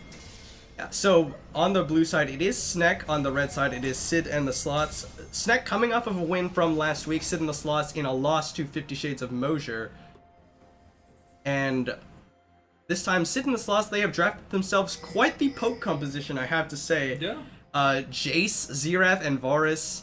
We know Shaq Daddy plays Xerath. We've seen him do absolutely massive work on it on previous OKLCS seasons. It's an absolute terror to play against. Yeah, they banned him game 1. This is game 2. Mm-hmm. It got broken out. So let's see. On the other side, they've got some forms of engage, which is what you want against poke composition. You want some hard engage. Zach will do that for you, as well as the possibility of being empowered by the hero's entrance from Echoed Voices Galio. Absolutely, and that's kind of one of our biggest fears game, is if they got ahead at all, They could just gonna hop have all issues. over you. Yeah. They also have quite a bit of damage. Sivir coming back into prominence as a very high damage marksman, just because of how much he can spread throughout the team. And of course, Heimerdinger for Jackalove's Lamp. Heimerdinger is a very high damage mid laner as well. Or not mid laner in this Just case, but character, yeah. in general. Will be both, well actually, Seismic starting up on the blue buff, PB Doughboy starting away on those Raptors, being leashed onto by Bad Cop. Seismic gets the leash from both of his bottom lane. Oh, what is this? Clutch is in the mid lane on Jace while they've sent Shaq Daddy into the top lane to face off against Jack's Heimerdinger. This is actually really interesting. Yeah, it's a different lane. I didn't really know what to expect. Yeah, that's really interesting. I think it makes a lot of sense to do on the side of Sid and the Slots, just because Xerath probably gonna have a little bit easier time clearing out those turrets, farming from a better range. Yep, we were looking, like, what do we pick into the Heimer?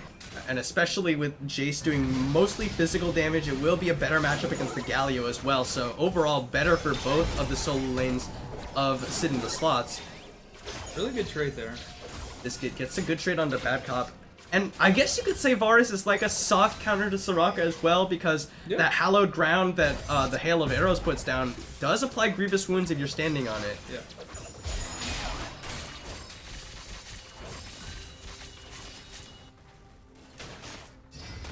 Both of these supports, they do have the Ancient Coin that we were talking about. Ancient Coin is just so good on all of these enchanters right now. There's very few times where I would really say that Spell Thief's Edge is really acceptable anymore. Yeah, no, and it's kind of a bummer, because if I do get stuck from... Ooh. Good Electro Grenade from Jackalove's Lamp means that a lot of damage goes down onto Shaq Daddy. Heimerdinger not fun to play. Let me be the first.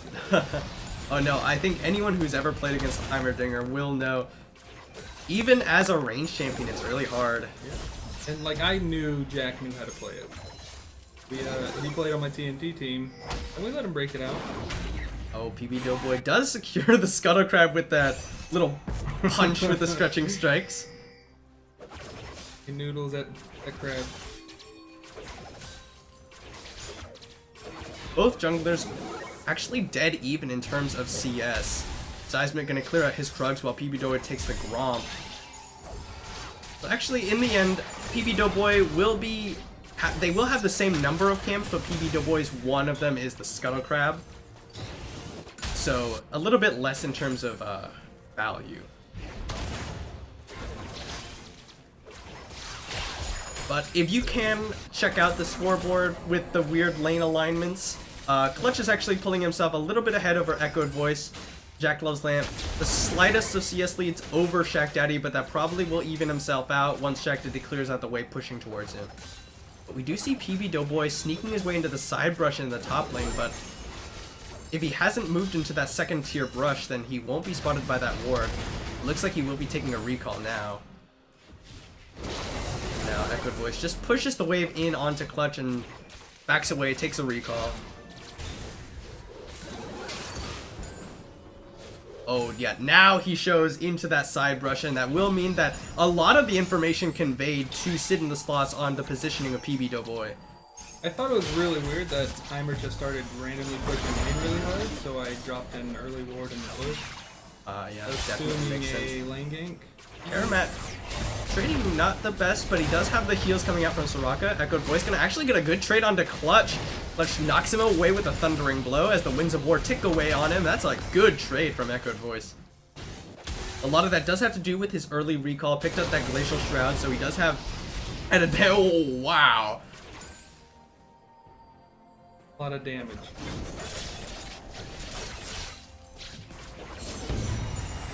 Equinox gonna be used the silence. In general, the Equinox is something you want to save. It's a really powerful ability, but it's hard to get the snare. What you want to do is you want to pop it down on someone who's already CC'd by one of your teammates. It means they can't flash out of it, and then since they're already CC'd, they're very likely to stay in it for the full duration, get that root off. Really good in late game team fights as well, when there's a lot going on, really chaotic. Yeah. Additionally, the other time to put it down is when you see your opponent moving towards a wall, you put it down, they can't flash the wall, they kind of get into a panic, and then they don't move at all, get rooted. There's the Equinox. Like right there, that's really good. Really, that's not the best use of it, because Biscuit was moving forward anyway. Yeah. Means he moves forward, doesn't get any root off, and he's just autoing away. Still has the time to throw out that piercing arrow. Jack is just gonna do what Heimerdinger does and shove in, but there's the stun going wide, but here comes Seismic and Clutch. Arctic Assault lands. Jack flashes away, but he's gonna get stunned up. He pops down the turret. It will be first blood going over to Clutch. Really good roam here for my teammates. Also, that Mega Turret, so much damage. They really did caught us off. They did reduce the damage on Heimerdinger's turrets with the little mini rework he had. They put a lot more damage into those Hextech micro rockets and the Electro Grenade. Ooh, but Karamat is very low on mana. He's having a hard time clearing out this wave against the push from Biscuit and from Oblivious, but here's Echoed Voice zoning Clutch away from the minion wave. Really nice play. Heads up play there. Alright, but here's PB Doughboy looking for the gank into the bottom lane, but I think he was actually spotted out by either the minion pulling back or the help picks onto Karamat. They do ping him out. Echoed Voice throws that Winds of War backwards. Like Galio is taking absolutely decks right now. Yeah. Galio's one of those tanks that works really well in the mid lane. We saw Trill Boys, was it last night in gold or plat capped, try and pull out a Cho'Gath mid, doing the same thing you try to do with Galio, and in theory it kind of works, because he scales really well with tank stats. He does a lot of damage. Oh, but here comes PB Doughboy, forced the flash away from Biscuit. Is gonna get the stretching strikes, knocks up Oblivious, but that Equinox was just a little bit too slow. Bad cop not here. Seismic comes in, Glacial Prison lands, and they will get the hero's entrance. Soraka ultimate comes across. There's a good knockup from Echoed Voice. Clutch actually came down as well, so it will be 4 members from both teams in the bottom lane. And we're just gonna have to back away, and Snek will get the chance to clear out this wave. Really good roam from Clutch to keep up with this Galio here. So, this is just skill shot central coming out from Jack Loves Lamp and Shack Daddy. Looks like a few more landed onto Jack than did onto Shack Daddy, however. Jack down to about 60% HP. But Cho'Gath mid. Scales well with tank stats. Does a decent chunk of damage. That's a nice block on the stun. Has good wave clear, which is the most important thing of any mid laner. Yes. The unfortunate thing is he doesn't have the same amount of roam potential, but Jack getting caught by Rite of the Arcane as well as the Shock Blast. He will dodge away, but that's a lot of damage from the turrets, but he will be cleared out by Shack Daddy. Good roam again from Clutch. He's a better mid laner than me by the looks of it. Might not even be the best mid laner on stage. Yeah, Galio, much better roams, and that's one of the big Yes. reasons why he works very well as a top laner, or a tank in the mid lane rather. I mean, the Cho'Gath pick was very interesting. I kind of thought he was actually going to go like full AP, but when I saw him go full tank, it caught me off guard a little, mainly because I just didn't know where their team's damage was. They were banking on it mostly coming from K Trillium's Yasuo. Yeah, and Which makes sense. You have a tank mid laner, a carry top laner. It just didn't pan out. I just don't think that the comp was like overall very good, in spite of Cho'Gath maybe not being the worst pick as a tank mid laner. I think had they actually sent Yasuo mid against the Echo, it would have worked a lot better for them, because I think Yasuo has a better matchup. Yeah, against you're Echo actually than he does probably right. I Jarvan, didn't even consider that. because you just wind wall his Q and then Echo has to come into you, and you're gonna win that trade every time you jump. Alright, so let's see what's happening here. Just pretty even in terms of CS across the board. It's very slight leads for Sid in the slots in all three lanes, but it's very slight. Here we go. Oh, good dodge on the Justice Punch from Echoed Voice. He dodged the Arctic Assault and knocked up Seismic, walked himself out of there. Jack dodged away from the stun. Electro Harpoon will land, but that's not going to be any more damage. I'm just really hard to hit when he's around turrets. Oh yeah, he does get a lot of movement speed while he's around the turrets, but he is slowly getting whittled down by Shaq Daddy's continuous poke. And yeah, since it with one of the big problems with Heimerdinger, speaking of Heimerdinger, right at the arcane comes out, doesn't quite land. Oh, flash Q misses. Jack throws out the Electro Harpoon and gets 6 solo kills. Shaq Daddy. No, they saw it. Holy cow. Oh, but Karamat's gonna pop on the hunt, force the flash away from Oblivious, but Elastic Slingshot didn't land, but will the stretching strikes? Summoner Heal comes out, and he doesn't get the last auto attack. Equinox goes down, but it's not gonna be any follow-up. Really well played by Biscuit and Oblivious. PB Doughboy just holding a little bit too long, but he's gonna come back in. Doesn't land the Elastic Slingshot, but will he get the Let's Bounce? Yes, he will! Biscuit gets exhausted as he goes over to the other side. Exhaust goes down. He gets the stretching strikes, knock up. He's totally going down, but he gets so many shields! Karamat gets the Wish coming out, and good Hero's Entrance. The teleport comes in for Shaq Daddy and from Clutch. He's on a killing spree as he shuts down Bad Cop. Echo Voice now having to flash out of there. In the end, will it be a 1-for-0? No, it's a 2-for-0. Double kill over to Clutch. We didn't really. Uh-oh, Karamat is really in trouble here, but the teleport coming in from Jack Love's Lamp will mean that they have to back away. Jack, PB Doughboy gonna get the jump on to Clutch. He needs. No! Why did you auto that? You needed to let PB Doughboy auto it for the stretching strikes. That's a lot of damage from Jack onto Shaq Daddy. But it will mean that Seismic gets the Rift Herald on the other side of the map, soloed out. Karamat, Bad Cup, and PB Doughboy, one of the main downsides of picking Zac is that he's a very low damage jungler. And as a result, Oblivious was able to keep Biscuit alive for Shaq Daddy and Clutch to come in. Karamat gets chunked. And here's the Rift Herald being popped in the top lane because there's no teleports available on Sneck to answer it, and it will mean Seismic gets Tower First Blood for Sid in the slots in the top lane. Yeah, we didn't coordinate the double TP at all. I just said, hey, I'm TPing. And Clutch then followed up with a really nice play from them, but oh, there's the Electro Harpoon, and Jack just picks up another kill out of Fog of War onto Shaq Daddy. I got a little greedy there. Stayed way too. Rift Herald does need to be cleared out. Echoed Voice looks like that's his duty. Getting free mid lane pressure here.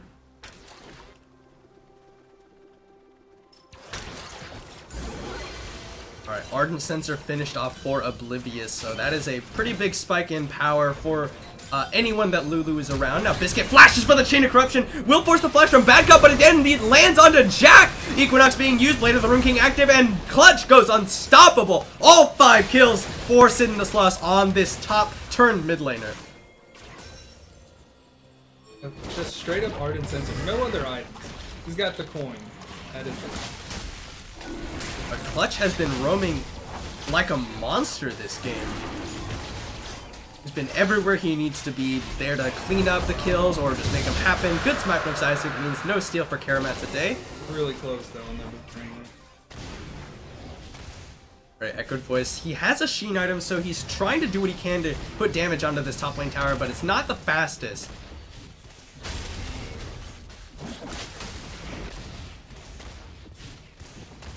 Karamat, in spite of those 3 assists going over to Biscuit, is farming up very nicely, and Varus a little bit out of meta, just because his damage isn't particularly high, especially compared to something like Sivir, who can just shred through entire teams. But he is got a Blade of the Rune King, means that his 1v1 potential is actually very good.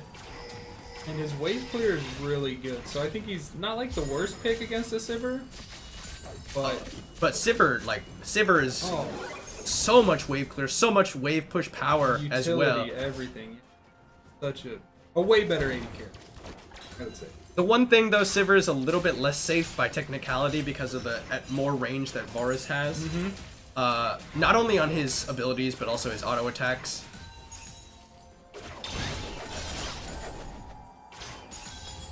But yeah, this both of these AD carries just sort of wave clearing, and really just not very good use of the Equinox here by Bad Cop. You kind of want to hold on to that ability. It's not an ability you just use to trade, but here we go, on the HUD being used. Elastic Slingshot into the stretching strikes, but he autos the same target. Chain to Corruption being used. Equinox does go down. He's the good Let's Bounce as he pulls Oblivious and Biscuit back out. Bad Cop being the target for Biscuit. They're trying to kill him up. Will they get him? Yes, they will, but here's Clutch. They force him away from Oblivious, but they've lost Biscuit. Really greedy there. Biscuit was out. HS, tunnel vision, so hard on the Zac. Definitely could have played that off. Oh, there we go. That's a big chunk onto Jack. Half of his health away with a Shock Blast, and here's right at the Arcane. He can't dodge! He's got 2 of them! The third will land, and Shaq Daddy gets the kill! And that's the poke comp for you. Nobody kills Shaq Daddy twice and gets away with it. Yeah, like, you have so many opportunities to poke. Piercing Arrow, Shock Blast, any of Zerat's abilities. Uh-oh, Bad Cop's in trouble, but a good Equinox actually this time, but the Flash! Glacial Prison means Seismic picks up the kill.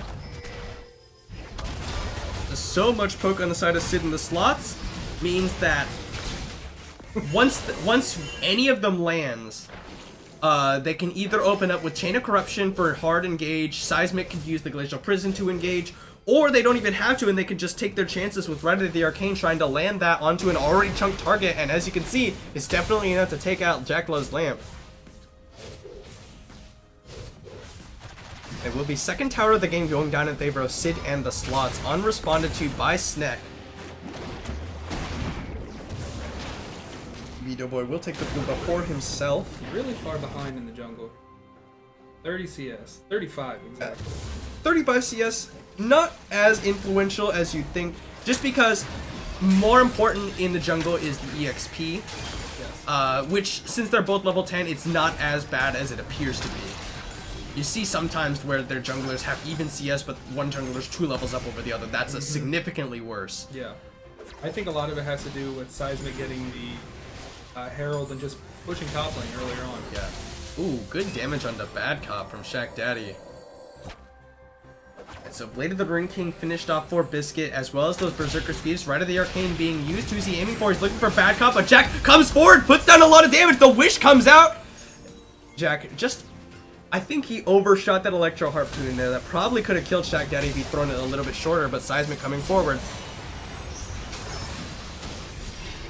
Bad Cop needs to be careful on how much he heals, because any of these poke abilities landing after he chunks himself low, very dangerous.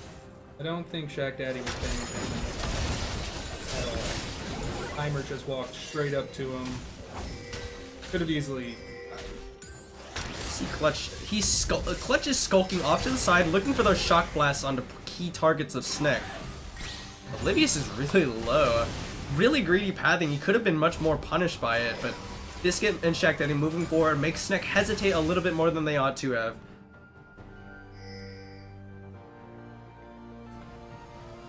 The one thing that Snek do have an abundance of is wave clear with Sivir, Galio, and Heimerdinger. A lot of wave clear available. It makes it very difficult for the poke composition of Sid and the Sloths to siege. Jack moving forward, gets caught by the W from Seismic Sejuani, but Seismic, having no backup, has to back away.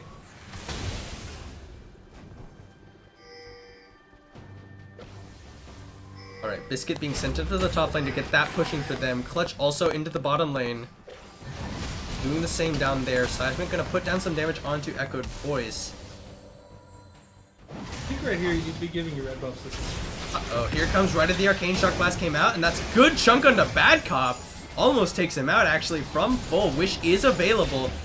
And here comes PB Doughboy. That's a good Elastic Slingshot. Good Equinox this time! Catches Oblivious. No Wild Growth or Flash available for him to be using. There's a good taunt. Catches on the Seismic. The Wish comes out, and the Glacial Prison being used to disengage. Echoed Voice has to back away now, but here's Biscuit, and that's a lot of damage. Karama has to flash away after the Shock Blast lands, and he will go down to the last auto attack. Echoed Voice can't cancel the hero's entrance, and he goes down for it as well. What looked like a good engage from PB Doughboy turned away in favor of Sid and the Sloths. There was no available Jack Loves Lamp there, and now PB Doughboy, that's not the Elastic Slingshot you wanted. He's getting taken down a lot of damage. A good Equinox will disengage that fight, but they had no damage just because Jack Loves Lamp was not in that fight. As a result, Sid and the Sloths turn it around. They're able to put down enough damage and focus down both Echoed Voice and Karamat, moving forward just too far. That's just a little unfortunate on the Galio. Used the Grand Entrance onto a Sivir who ended up dying at the end. Then also paid the price and died. So it will be 3 towers to 1. Jack picks up the 1 in the top lane, but it will be 1 going down in the mid lane for Sid and the Sloths. It will be all 3 outer towers going down in their favor.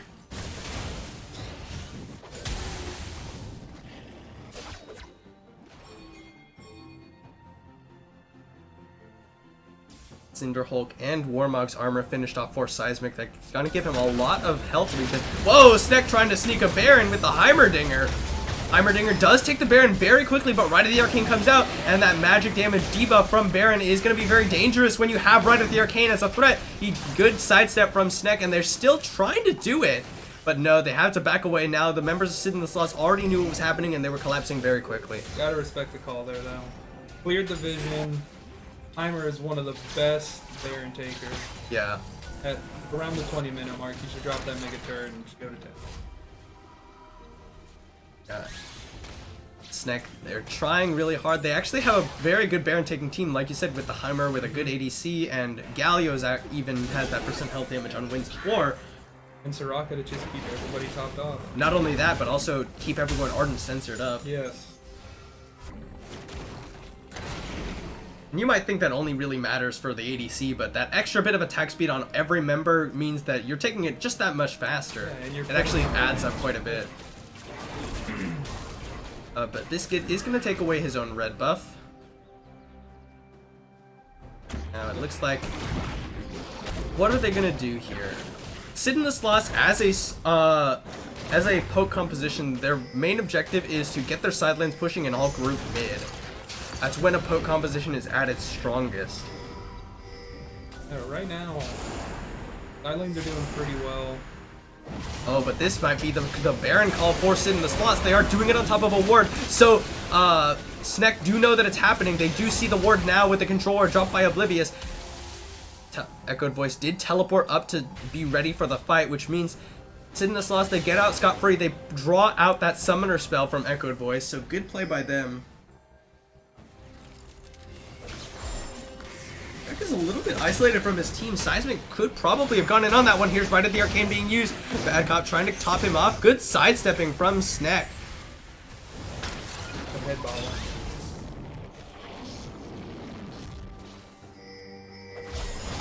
Here we go, Sneck. Now they're the ones trying to push in. They get the wave pushed into the enemy tower, and now PB Doughboy looking for the Elastic Slingshot, but he's doing it on top of a ward. Got Clutch in the bottom lane, so that's a lot of the damage coming out from Sid and the Sloths right now. But Shack Daddy and Biscuit doing a really good job clearing out those turrets. Jack is not able to get those set down and stacked up.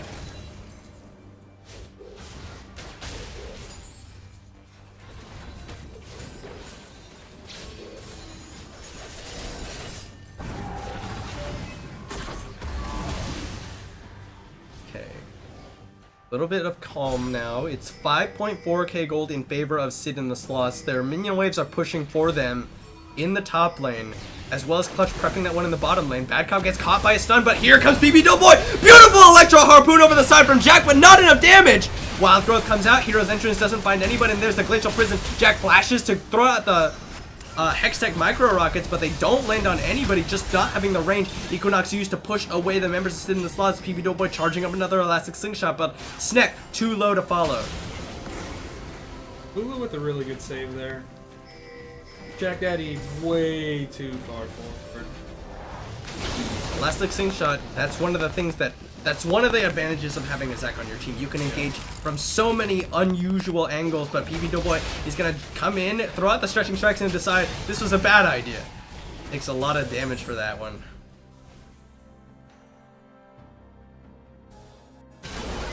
And it was a really good combo from PB Doughboy and Jack, but there was just no follow-up. Karamat was not in a position to get those autos across the entire team, and now Sneck showing a lot of members in the bottom side of the map. It means that Baron pressure goes over to Sid in the slots, who might just start it up as that Scuttle Crab goes down. Yep, there it goes. The Dust Blade of Drakthar will disable that ward, but it does mean that Sneck does know that it's happening, that now they have to back away. PB Doughboy look with the Elastic Slingshot does no, flashed away from by Biscuit. Oblivious flashes away as well, and now PB Doughboy getting focused down. Wild Growth comes out, Let's Bounce used, and they kill off Biscuit. Shack Daddy unloading damage off the backside. Clutch is running for his life as well. Sneck now with the chase on the hunt used. Elastic Shield catches Oblivious. It's a double kill for PB Doughboy, and 2 members dead for Sid in the slots. They really turned that around there. A little greedy on the Baron play. Yeah, Sid in the slots, they didn't turn fast enough, and now Echoed Voice trying to zone. He gets blast coned away, and now he's isolated. Echoed Voice might be in some real trouble here, using the taunt to get some of that damage reduction, but he's gonna get focused down by Clutch. The other members of his team are focusing down the Baron, and Echoed Voice is so tanky, just wants himself out of there. Glacial Prison used, and now here's Clutch. Shock Blast, and the Toothless guys will get him, dominating for Clutch. But Sneck, they had to back away from the Baron, actually. What was that call? Where's the AD carry? Back in base. Really bad call by Sneck. They don't save their mid laner, they don't get the Baron, they don't get anything for that. Some miscommunication somewhere in there. Yeah, I mean, it's just really poor. So that means that Sid in the slots secure themselves the Cloud Drake uncontested. They don't lose a Baron, and they actually get a kill out of the deal. But they did lose 2 earlier on. It wasn't very extended. Unfortunately, both kills did go over to 5.4k gold lead in favor of Sid and the slots. It's a big part of it is that 3 towers to 1. Yeah, plenty of global gold out there. I mean, CS relatively even. The big discrepancy is Seismic in the jungle, but again, EXP is pretty even across those junglers. Shack Daddy has a decent CS lead over Echoed Voice.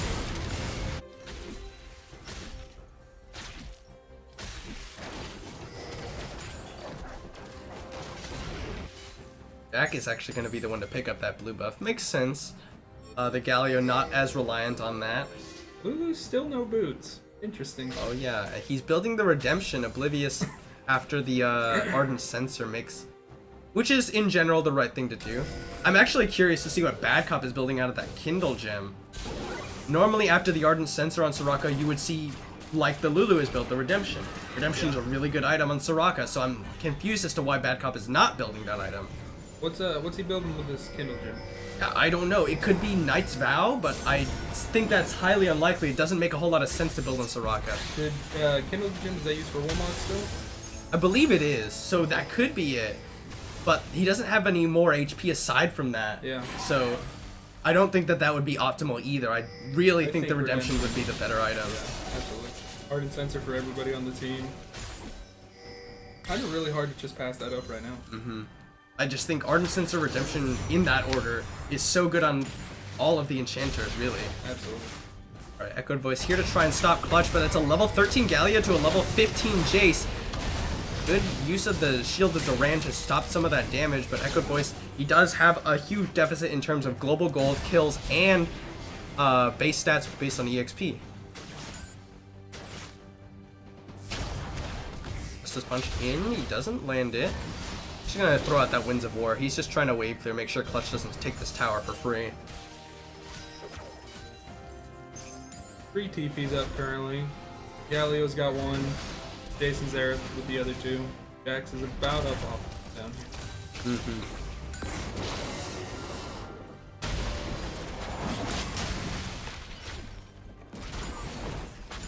Karamat picks up the last Whisper item after his Static Shiv. I guess he's just really concerned that he's not going to be able to get through Seismic. But, you know, in all honesty, I think Sivir's one of those champions where you can forego the last Whisper item for a little bit. Yeah, you do still need it. But I think Infinity Edge would be doing so much for his damage. It amplifies his Ricochet crits, which are going to be hitting the backline who doesn't have any armor anyway. Exactly. So, just some questionable itemization from a couple members of SNEC. It looks like Soraka is going to go the Warmogs here. Yeah. Pick up the Bracer.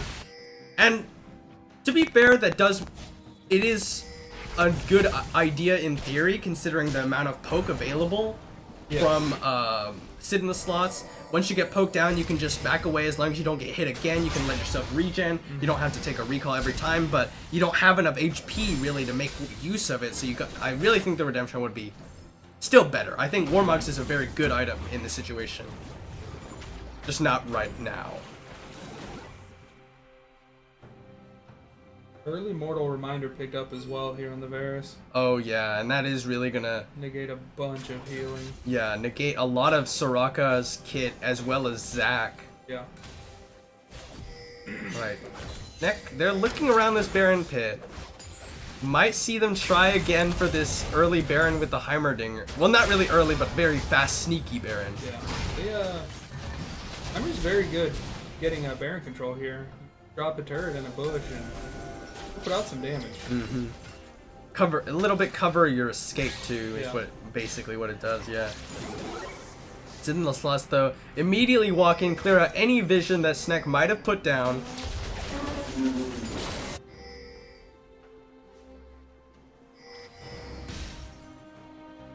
See what they can do. The game has stagnated quite a bit for the last couple minutes.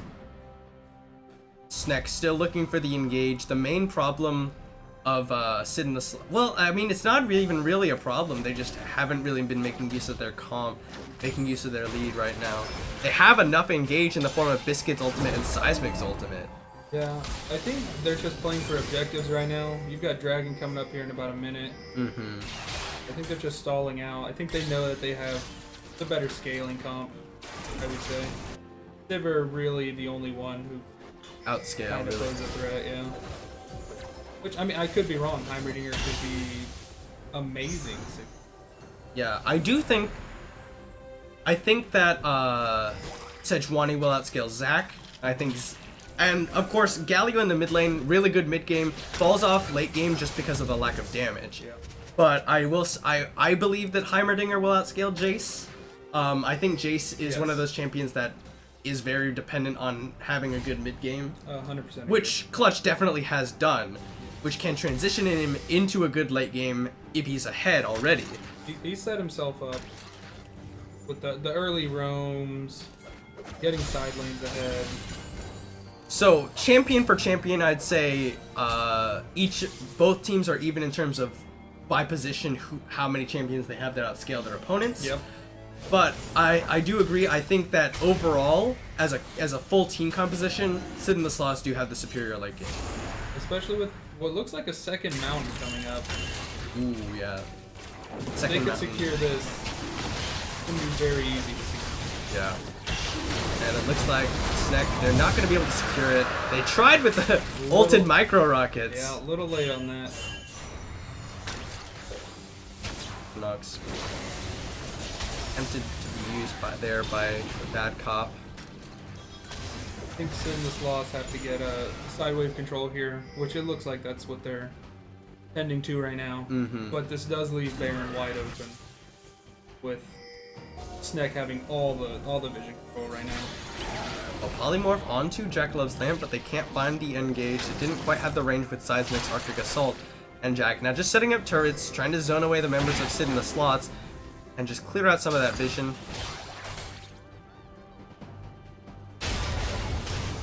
Echoed Voice is the member of Snek who's been assigned to deal with Clutch's split push. But he is level 15 to Clutch's level 17. I think Heimer would have been a better option here, even though he's level 3 14. levels behind instead of the one now. Well, yeah, now it's But I just think Heimer, way better wave clear. He can stop the shock blast with his turrets. He's been using it to stop stuns. Oh, but he gets caught by the Chain of Corruption there, and that is the go signal for Sid in the Slots. Biscuit with a Chain of Corruption means that Baron will be started up by them. Clutch does have his teleport, Echoed Voice on his way up, ready with the hero's entrance. PB Doughboy getting ready to jump over the wall. Elastic Slingshot's in. He gets in there with the hero's entrance. There's the tower going down in favor of Sid in the Slots. The smite goes down. It's secured by Echoed Voice! The signature play by Snek! The Echoed Voice Baron steal, but he will die for it! 2 members of Snek dead in favor, or in return for the Baron. Really good steal there. Lucky to get away with it on 2 people still. Definitely worth it. Yeah. That's gonna stall out the push here. Will it? Because they've got 30 seconds left on PB Doughboy and Echoed Voice, the tank line of Snek, which means they have to give up this tower in spite of that. Bad Cop taking the right of the arcane to the face. Wish comes out. Yes, the last one lands, and Shaq Daddy snipes down Bad Cop. That's one. Leandri's Torment kills Oblivious Jack with a snipe of his own Hextech Micro Rockets, but the Arcane Assault keeps him in place for just long enough for Clutch and Shaq Daddy to get in there.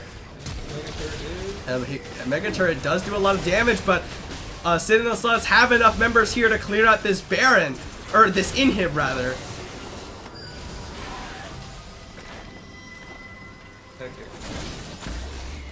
Wow. Picked up inhib though. Oblivious didn't think he was gonna die. He saved that wild throw. Yep, sure did. Yeah, Deathfire Touch with the Leandries. Just has a lot of extra damage. Yeah, so much damage over time there. Baron on one remaining person, which I do believe is the Sivir. Yeah, Karamat's the only remaining member with the Baron. And yeah, sure, you stole the Baron. You denied it from Sid in the Slots, but you lost four of those buffs already, and the inhib anyway. So, at the end of the day, one of those individual plays might have been worth, but at the end of the day, that series of events definitely really bad for Snek. Sid in the Slots now pulling themselves a really big lead. 10.5k gold, 6 towers to 1.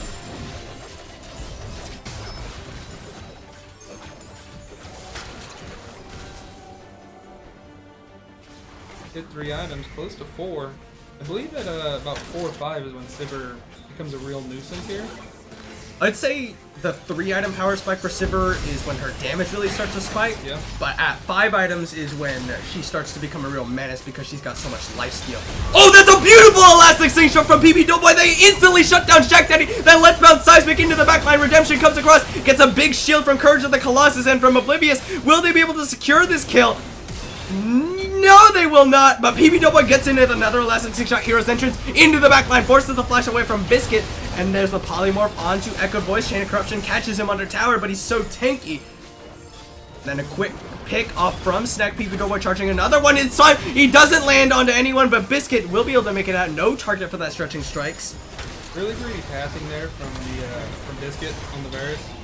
Instead of going, you know, the long way around, he cut through the wolves. Yeah. And had to burn flash. Alright, so Snek, they pick up 2 quick towers off of a nice elastic slingshot engage from PB Doughboy, but now they're starting to feel the pressure again. As Shaq Daddy and Co start to respawn, Seismic gonna find all the members of Snek there. The dragon here in a minute. Yeah, this will be the Elder Dragon, and that is a real threat for Sid in the Slots. They've got 4 dragons to empower with that Elder. Snek cannot afford to let this one go.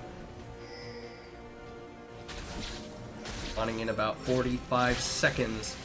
Sid and the Slots do have the positional advantage. Snek, they stuck around too long. They didn't get their recalls off in time, which means that they will be late to setting up this Baron. Or this Elder, rather. Jace is tending to the top lane, which Zach started pushing. Looks like Jace's TP is about to be up pretty soon. And that's one of the big things. You can make the play. You got 2 towers off of that and you didn't lose anybody. But you stayed too long, and that is evident because your team didn't get to get their recalls off before this Elder spawned, and now PB Doughboy might be caught. Echo Voice is here. Glacial Prison is invested. Hero's Entrance comes out. Wild Growth used as well, but that's a lot of healing from Bad Cop. PB Doughboy will survive, but there's no damage coming out from the members of Snack. Now Echo Voice is the focus. He gets Chain CC down. Elastic Slingshot into the back. That's really nice. And the Let's Bounce pulls them all in, but Karamat is trying to shred through them. They've gotten 2 for 1 at the end of that, actually. Really good ult from Zach again. Yeah, PB Doughboy has been making really good plays, and Bad Cop has been made sure that he could go back in with all of those heals coming out. How do you feel about this GA pickup here on the Sivir? Do you think more damage would have been better, or do you think GA is the right pickup? You know, it's hard to tell. He is missing a lot of damage because he does not have the Infinity Edge, which is the really big power spike for Sivir, since he has double crit items, but neither of them are actually improving his crit damage like Infinity Edge would. And now he's going for a lifesteal item as his last item, so he's not going to have that Infinity Edge. So overall, I think it's a nice safe pick, and it definitely paid off for him in that situation. I think he was pretty safe there that fight though, because I'm pretty sure there was only 3 of them. He showed up late and cleaned up everybody. So it's a really tough call, but like we said, here's the ulted Heimerdinger turret being used to focus down that Elder Dragon, but they've got Clutch to deal with in the top lane. Echo Voice caught up a little bit with that gold. It's secured by PB Doughboy with the smite, and there's the Sivir ultimate being used. Seismic is now the focus. There's Elastic Slingshot, catches Oblivious! Wild Growth comes out, he's trying to kite back, and Biscuit with a beautiful Chain of Corruption being used. The Wish is not enough to save PB Doughboy. Echo Voice forced away from the tower as Clutch gets that one. PB Doughboy does die. Echo Voice forces away Clutch, but he did lose the inhib tower at the end of the day. Elder Dragon secured by Sneck, but they lose their jungler and their main frontline for it. Really good kiting back here from Sid in this loss. Oblivious getting caught out early. Still managed to survive. Yeah. And they had side lanes pushing in their advantage. Not the worst trade. Yeah, Elder and nice. you're definitely feeling that lack of Infinity Edge because Seismic, he took everything, and the primary damage dealer in the form of Sivir was not doing enough. Echo Voice looking for the taunt. It's going to land onto only Seismic, but they lose the inhib now. There's the siege coming in from Shack Daddy's poke. They lose their second inhib already. 8 towers to 3 now. 8k gold in favor of Sid in the slots. Good here. If they secure this Baron, they say that yeah. Oh, that's a good stun, and Shack Daddy snipes down Jack Love's Lamp out of Fog of War. Baron is now the focus for Sid in the slots, and they have the damage. I don't think Sneck can really do anything to stop this one, barring a Miracle Steal, but they're not there in time.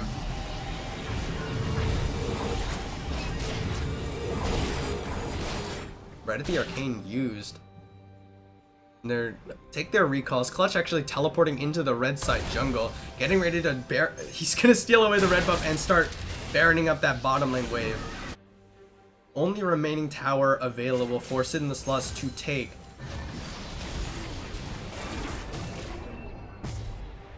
Elder Enchantment. Not sure how long they have left on. It doesn't look long. But yeah, it's basically 10 seconds or so left on it, I think.